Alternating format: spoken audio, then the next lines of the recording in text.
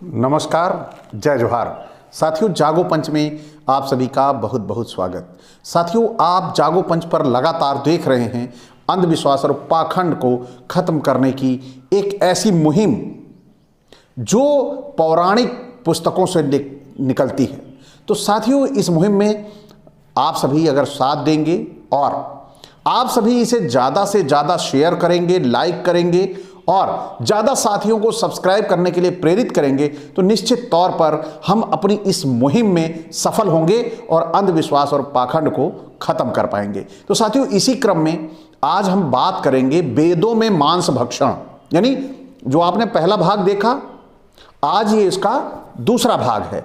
तो साथियों, वेदों में मांस भक्षण के लिए कहा गया और आज हमारे बीच में जिन लोगों ने ये मांस से परहेज बनाया है, जिन्होंने ये कहा कि मांस खाने वाले राक्षस थे, आज हमारे समाज के बीच में यही परोसा जाता है कि जो मांस खाया करते थे वह तामसिक प्रवृत्ति के होते थे, शराब पीते थे वह तामसिक प्रवृत्ति के होते थे।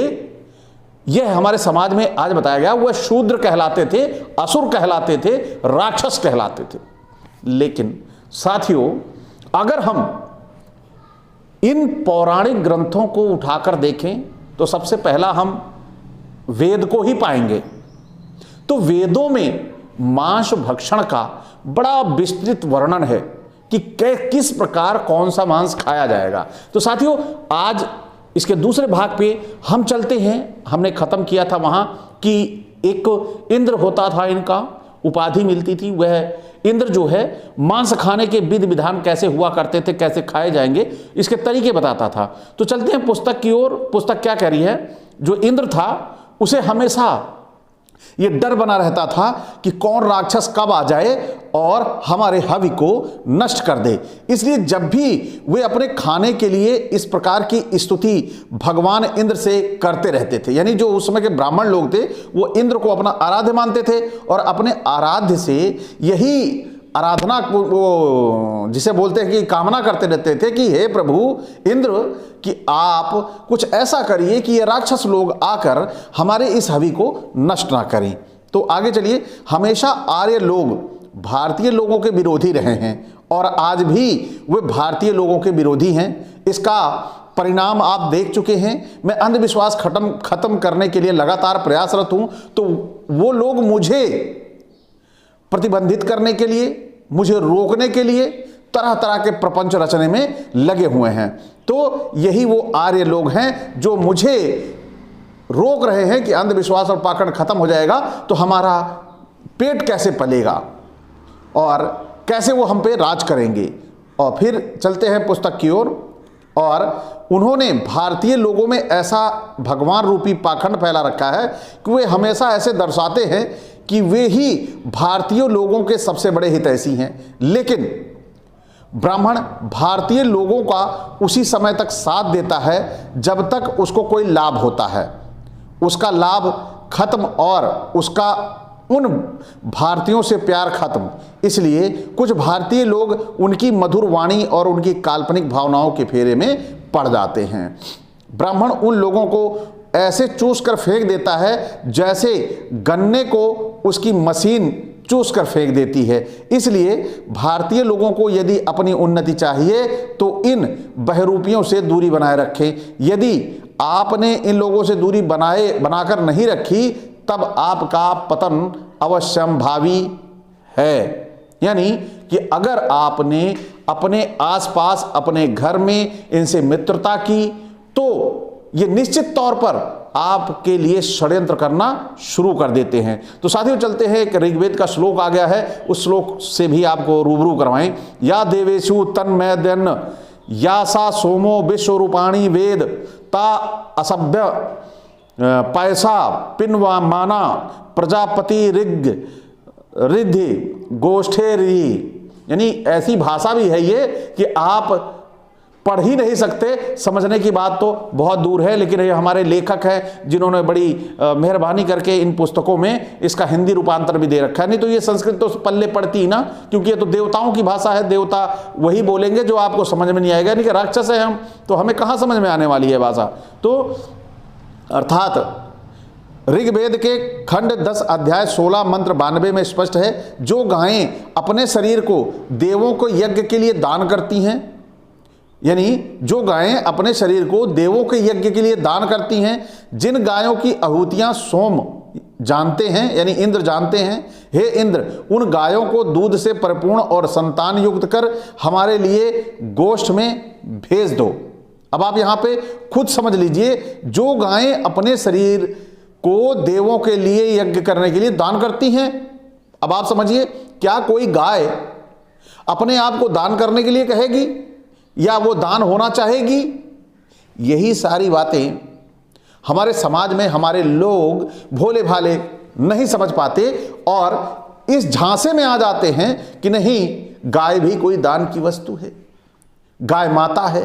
तो ये सारी चीजें हमें समाज में, जब तक हम इनके ग्रंथों को पढ़ेंगे नहीं, तब तक हम सही सीखेंगे नहीं।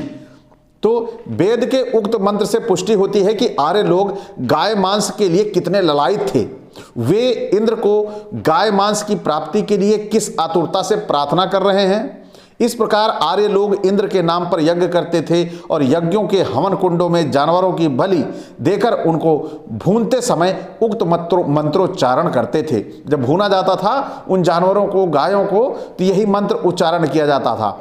तो जब इस प्रकार के कर्मकांडों का भारतीय मूल निवासियों द्वारा विरोध किया जाता था, तो आर्य लोग उनको धर्म विरोधी घोषित करके राजा द्वारा वध करवा देते थे या नीच और अछूत घोषित कर देते थे, जिससे भारतीय समाज में एक भय कायम रहे, जिससे समाज में उनके विरुद्ध कोई आवाज ना उठा सके।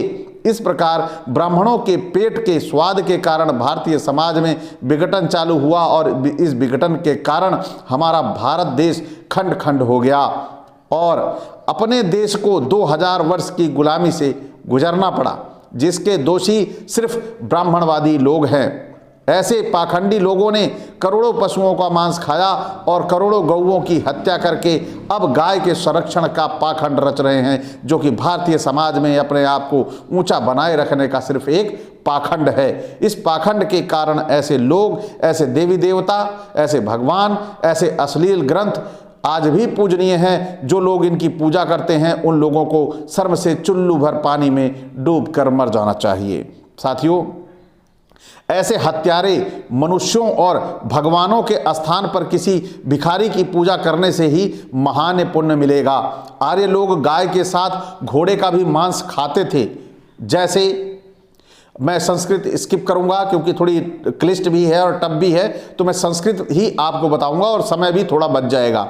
अर्थात ऋग्वेद के खंड 1 अध्याय 162 श्लोक 3 से स्पष्ट है कि सब देवताओं के लिए उपयुक्त छाग पूषा के ही अंश में पड़ता है, उसे शीघ्रगामी अश्व के साथ सामने लाया जाता है। अतएव त्वस्व देवता के सुंदर भोजन के लिए अश्व के साथ इस छाग से सुखादय भोजन तैयार किया जाता है। फिर दूसरा श्लोक है ऋग्वेद के खंड 2 अध्याय 162 श्लोक 9 से स्पष्ट है कि अश्व का जो कच्चा मांस मक्खी खाती है, काटने अथवा साफ करने के समय जो हथियार में लग जाता है तथा काटने वाले के हाथों और नखुनों में लग जाता है, वह सब देवताओं के पास जाए।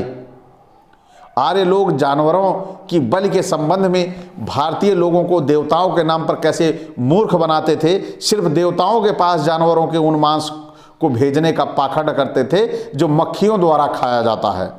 जो हथियार या वधिक के हाथ एवं नाखूनों में लग जाता है, वही देवता के पास जाता है। जानवरों के संपूर्ण मांस को स्वयं भक्षण करते थे और देवताओं के नाम पे खाया करते थे। मांस और सुरा के रूप में आज तक भारतीय मूल निवासियों को बदनाम किया गया है। भारतीय मूल निवासियों को महाभारत एवं रामायण में राक्षसों के रूप में दिखाया गया है और मांस सुरा भक्षी के रूप में प्रदर्शित किया गया है, जो कि बिल्कुल असत्य है। भारतीय मूलवासी लोग मांस व सुरा का भक्षण नहीं करते थे। यह वेदों में प्रमाणित है कि भारतीय मूलवासी शाकाहारी थे। विदेशी आर्य मांसाहार एवं सुरापान करते थे, जो कि विदेशी आर्यों के धर्मशास्त्र और भौतिक रूप से प्रमाणित है। जब भारतीय मूलवासी आर्यों के ऐसे यज्ञ रूपी कृत्यों को रोकते थे, अर्थात पशुओं की बलि को रोकते थे, तो ये उनको पशु रक्षक के नाम से संबोधित करते थे, जिसका धीरे धीरे अपभ्रंश रूप रक्षक से राक्षस हो गया। अब आप ही निर्णय कीजिए कि गाय और घोड़ों के मांस खाने वाले लोग देवता उच्च और पूजनीय कैसे हो गए? ऐसे लोग तो नीच लोगों से भी बदतर हैं। तो साथियों, हमारे बीच में आज एक बात सबसे बड़ी स्पष्ट हो रही है कि राक्षस किसे कहते हैं और देवता किसे कहते हैं, यह आप सभी को स्पष्ट हो गया। तो आइए चलते हैं अगले श्लोक पर। ऋग्वेद का है। ऋग्वेद के खंड 1 अध्याय 162 मंत्र 11 से स्पष्ट है कि हे अश्व, आग में पकाते समय तुम्हारे शरीर से जो रस निकलता है उस अंश शूल में आबद्ध रहता है, वह मिट्टी में गिरकर तिनकों में ना मिल जाए। देवता लोग लालयत हुए हैं, उन्हें सारा हवि प्रदान किया जाए। गजब की बातें हैं। आज ये जो पाखंडी चोला पहन के घूम रहे हैं कि वह सात्विक विचारधारा के हैं, इनके पूर्वज थोक के भाव में इसका भोजन करते थे, भक्षण करते थे। आइए चलते हैं अगले श्लोक पर। अगला श्लोक क्या कहता है? ऋग्वेद के खंड 1 अध्याय 16 मंत्र 2 से स्पष्ट है कि जो चारों ओर से अश्व का पकना देखते हैं, जो कहते हैं गंध मनोहर है, देवताओं को दो और जो मांस भिक्षा की उपेक्षा करते हैं, अर्थात उसे पाने की आशा से वहां बैठे हैं, उनका संलव्य हमारा ही हो। अगला श्लोक आ जाता है। फिर अगला श्लोक क्या कहता है? आयुर्वेद के अध्याय 35 मंत्र 20 से विदित है कि हे जात, वेद पितरों के लिए तुम गाय के चर्म विशेष को ले आओ। अब यहां पर फिर इनकी पोल खुलती है। तुम स्थित पितरों को जानते हो, उस चर्म विशेष से निकलने वाली चर्बी की नदियां पितरों की ओर बहें, उनके लिए दान करने वालों की सब कामनाएं पूरी हों। आज उन प्राचीन यज्ञों का समय के अनुसार अपना पेट भरने के रूप में बदल दिया है। इस प्रकार वेदों में गौ मांस के भक्षण के प्रचुर मात्रा में प्रमाण भरे पड़े हैं, और ऐसे प्रमाण भौतिक रूप से भी कुछ वर्षों पूर्व बहुतायत थे। देवी देवताओं के नाम पर असंख्य पशुओं की बलि दी जाती थी।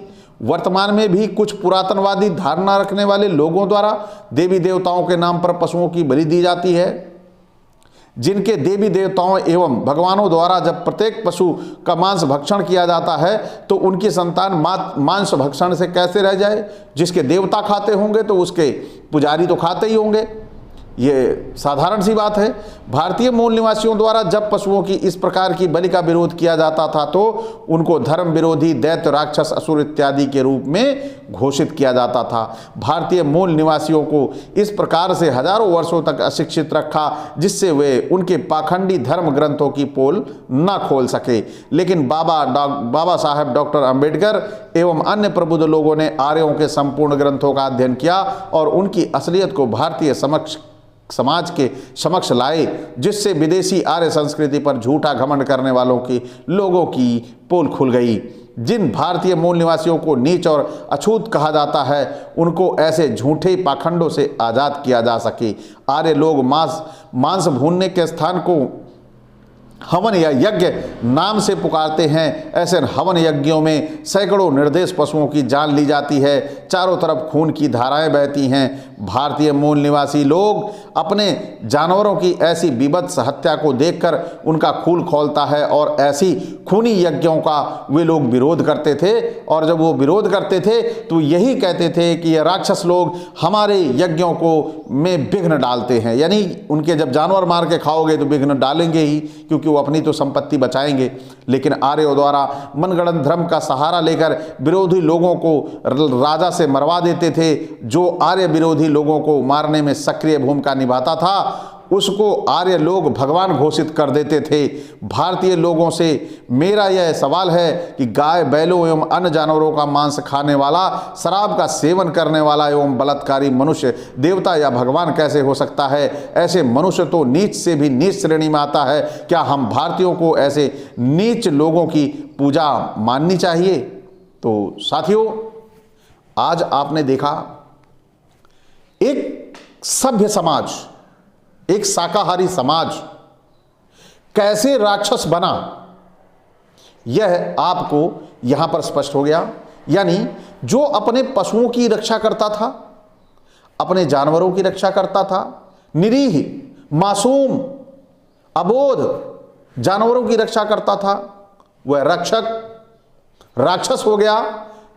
और जो उनका भक्षण करता था वह देवता बन गया। तो आज से आप सभी को यह स्पष्ट हो गया कि आखिर में देवता कौन है। यानी अब पीछे का भी पैमाना बदल चुका है। आज हमारे बहुत से शूद्र भाई शाकाहारी भोजन करते हैं, तो क्या वो जो शाकाहारी भोजन करते हैं वह अब राक्षस बन गए? और जो आज मांस खा रहे हैं, क्या ये देवता की श्रेणी में है? यही चीजें आप सभी को समझनी है और जाननी है। और जब तक आप ये सच्चाई नहीं जानेंगे कि यज्ञों में क्या पकाया जाता था, यज्ञों में क्या डाला जाता था, आज ही इन हवनों को, आज के इन यज्ञों को आप मत देखिए, क्योंकि यह वह मुखौटा है जो शर्म के मारे बदला है। इस मुखौटे को इन्होंने लोक लाज के भय से दूसरा मुख चढ़ा रखा है कि अगर आज ये गाय खाएंगे तो निश्चित रूप से ये पापी कहलाएंगे, क्योंकि आज भी जो ये माहौल क्रिएट किया गया है वो सब इन्हीं की देन है। केवल हमें इनके ग्रंथों का सही से अध्ययन करना होगा, और जब हम अध्ययन सही से करेंगे तो इनकी कलई खुल जाएगी और ये देवता, मांस खाने वाले देवता और शुद्ध शाकाहारी भोजन करने वाले राक्षस आपको साफ साफ पहचान में आ जाएंगे और नज़र में आ जाएंगे। तो साथियों, आज का ये वीडियो आपको कैसा लगा? अच्छा लगा हो तो लाइक करें, साथ ही सब्सक्राइब करना मत भूलें, और जो नए साथी हैं और बेल आइकन की घंटी जरूर दबा लें, जिससे हमारे वीडियो का नोटिफिकेशन आप तक त्वरित गति से पहुंच जाए। इसी के साथ एक ही और अपेक्षा के साथ कि आप जितना हो सके जागो पंच की मदद करिए आर्थिक रूप से, और साथ ही साथ जो महत्वपूर्ण बात यह है कि हमें अध्ययन के लिए भी बुकों की ज़रूरत पड़ती है। यदि आपके पास ऐसी पुस्तकें हैं तो आप हमें पुस्तकें दीजिए, और नहीं तो हमें जो खोज के लिए धन की आवश्यकता होती है तो बूंद बूंद करके तालाब भरता है। और आप सभी जो हमारे साथी हैं वो अब लाखों की संख्या में हो चुका है ये कुनबा। तो अगर आप एक एक रुपया भी, हमारे ये लाखों लोग जो मिलके एक एक रुपया भी करेंगे तो वो हमारे लिए एक बड़ा अनुसंधान करने का एक अमाउंट हो जाएगा। तो हम आपको प्रमाणिक तौर पर और लोगों को भी साथ लेके अपनी टीम के मिलेंगे और अंधविश्वास और पाखंड को जड़ से मिटाएंगे। इसी के साथ आपसे विदा। नमो बुद्धाय। जय भीम, जय मंडल जी।